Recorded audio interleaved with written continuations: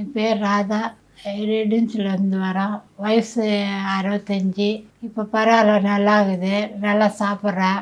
வீட்டில் கொஞ்சம் நல்லா வேலை செய்கிறேன். இதே 5ஆவது தடவை வந்துக்கிறோம். பரவாயில்ல, மிந்தித்தோட இப்போ கொஞ்சம் நல்லா இருக்குது. மத்தியானம் சாப்பாடு, காலைல நாஷ்டா, இட்லி தோசை எதுனா ஒன்று. இந்த பயிரெல்லாம் போட்டு தோசை சுடுவாங்களா, அது சாப்பிட்றேன் காலையில் நைட்டுக்கு. அடிக்கடிக்கு ஜுரம் வரும்.